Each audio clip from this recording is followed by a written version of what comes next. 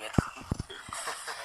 Merci d'être avec nous ce matin. Vous êtes de l'école universelle de la spiritualité appliquée. Je suis tenté de vous poser une seule question ce matin. Qu'est-ce que c'est la spiritualité? Merci, monsieur Djoki. Je voudrais d'abord sacrifier à la tradition en vous présentant et à tous les auditeurs mes meilleurs vœux de bonne année. Et l'année 2020. Bien sûr.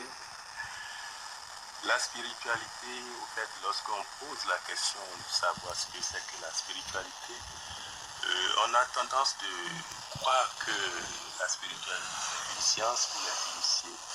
Bon, certes, c'est pas tout à fait faux, parce que tout le monde, tout homme, tout être est d'abord spirituel.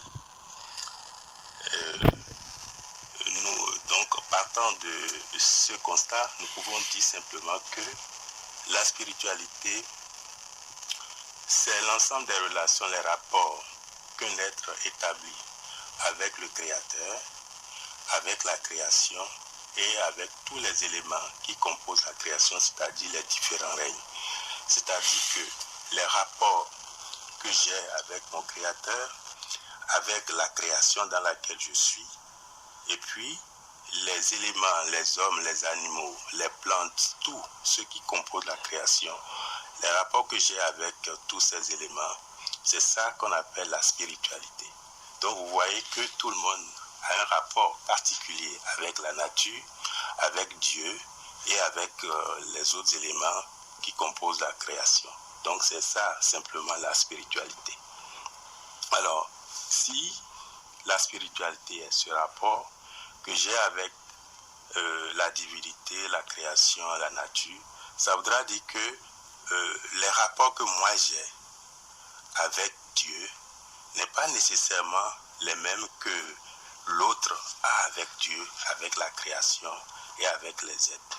La belle preuve, vous verrez que tout Africain, le rapport que l'Africain a avec la nature est différent de celui qu'un Européen, qu'un Asiatique pourrait avoir avec la nature.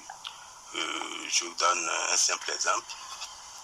Lorsque l'Africain veut par exemple sacrifier une bête, il parle d'abord à cette bête, il lui donne l'eau à boire, vous voyez, parce que l'Africain estime qu'il y a une vie dans tous les éléments de la création. Et à partir de ce moment, on n'a pas le droit d'ôter une vie sans la permission de cet être-là. Donc le fait de donner simplement de l'eau avant d'égorger une bête montre que l'Africain est conscient de ce rapport, de cette divinité qui est dans cet animal. Donc c'est cela en réalité la spiritualité. Vous voyez, alors qu'un autre peut vouloir sacrifier une bête, il l'égorge simplement sans lui donner sa permission, de demander une permission. Ouais. Quand l'Africain veut cueillir une feuille, il demande à la feuille de lui permettre de le cueillir pour pouvoir le guérir. Vous voyez, alors que quelqu'un d'autre vient, il arrache de façon sauvage cette feuille. Et donc, la spiritualité, c'est les rapports que nous avons avec tous ces éléments-là. Notre école, l'école universelle de la spiritualité appliquée, essaye de dire d'abord son enseignement à travers ces rapports, à travers la nature, c'est-à-dire à travers les lois de la nature. Nous regardons comment la nature fonctionne. Je vais vous donner peut-être un exemple, un autre exemple. Regardez notre Terre. La Terre tourne autour d'elle-même pendant 24 heures et fait ce tour-là. Mais lorsque la Terre fait 24 heures, elle fait un pas vers le Soleil. Et à la fin de chaque journée, la Terre s'approche du Soleil et fait 365 jours pour faire le tour du Soleil. C'est ça qu'on appelle la révolution solaire. Est-ce que vous voyez? Mais pendant cette révolution, la Terre est droite 2 fois seulement au cours d'une année. C'est ça qu'on appelle les équinoxes, par exemple, du printemps, le 21 mars, vous verrez que la Terre est droite. Et quand la Terre est droite, sur la Terre est équilibré. C'est pourquoi ce jour-là, la durée de la journée est égale à la durée de la nuit. Il en est de même le 22 septembre lorsque la Terre est équilatérale.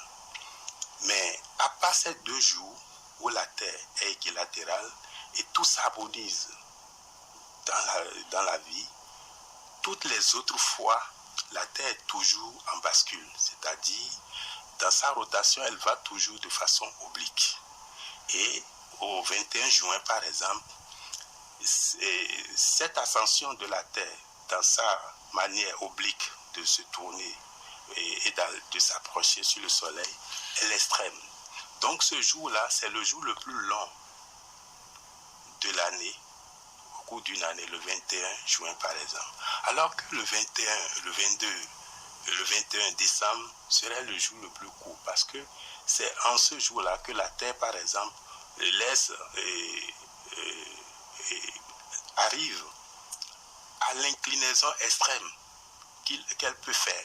Est-ce que vous voyez? Donc, quand on voit déjà ces quatre points, on peut déjà savoir que mais si déjà la Terre sur laquelle nous sommes fait ses tours, s'équilibre et ascensionne, descend et s'arrête, et ce que j'oublie de dire, c'est que le 21 mars, le 21 décembre, lorsque la Terre fait son inclinaison extrême, elle s'arrête pendant 3 jours.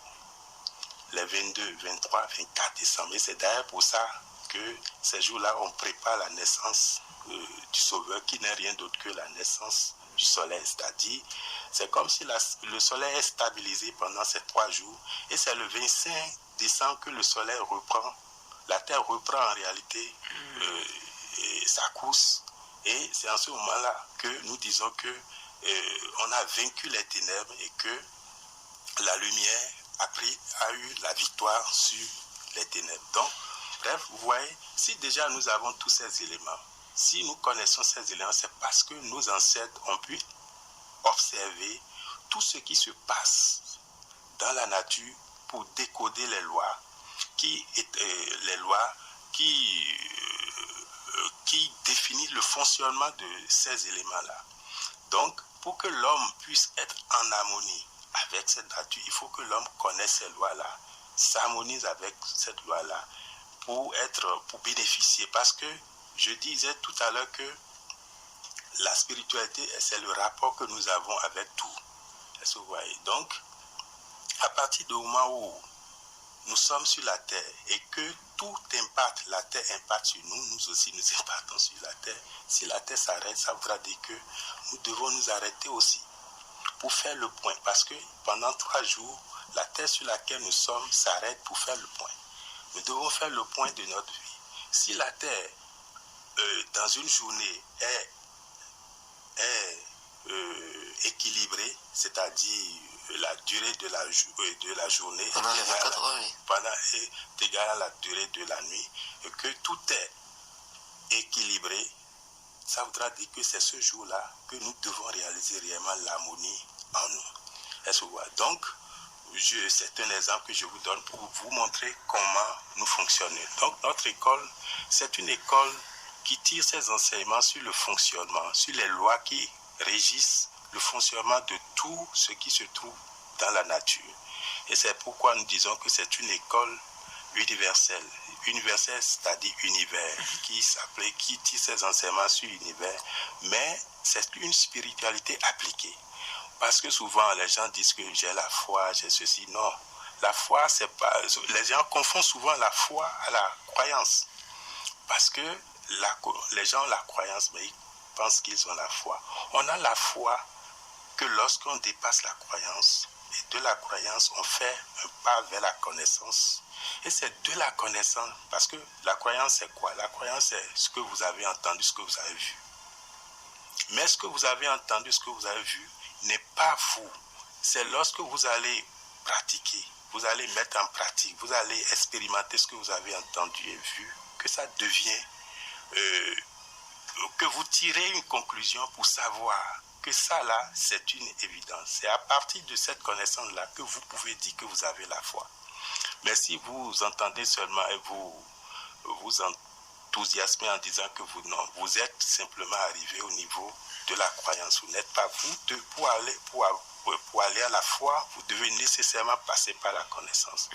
Donc, si je viens de vous dire ce qui se passe dans la rotation, dans la révolution de la Terre, les 4 points qui marquent la révolution solaire, c'est parce que nos ancêtres ont observé, ils ont su et ils ont vu ce qui se passe. Et là, ils peuvent dire que la Terre fait 365. Vous savez que c'est les Noirs qui ont inventé le calendrier. C'est les Noirs qui ont inventé le calendrier de 365 jours. Et c'est bien après que les autres peuples ont emprunté chez nous et ils ont essayé d'en faire leur propriété. Donc, en tout cas, tous ces enseignements, oui, vous les partagez avec ceux qui vous rendent visite. Et justement, vous initiez des journées portes ouvertes.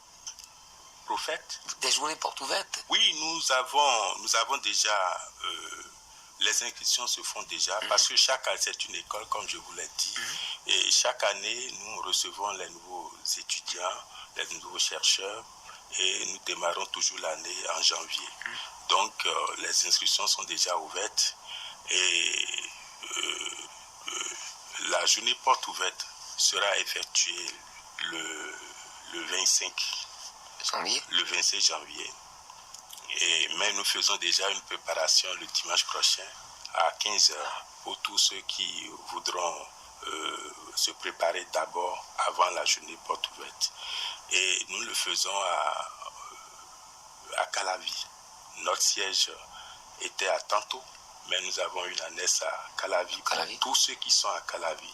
Donc nous invitons tous ceux qui veulent vraiment s'approfondir dans la connaissance, parce qu'aujourd'hui, il faut, quand vous n'avez pas la connaissance, c'est que vraiment quelque chose vous manque.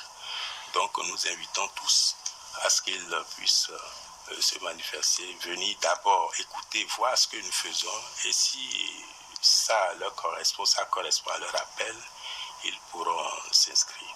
Ici où 95 96 16 60 96 60 49. En tout cas, vous qui nous écoutez, vous êtes intéressés, appelez, composez le 95 96 60 49 et on s'occupe de vous. Comment, Maître Georges Coco Aristide Azané, vous êtes très intéressant. On va s'organiser autrement pour que vous puissiez nous rendre visite comme ça, par moment, et partager quelques idées, quelques enseignements avec nous, pourquoi pas. Merci et à très bientôt. Merci, monsieur.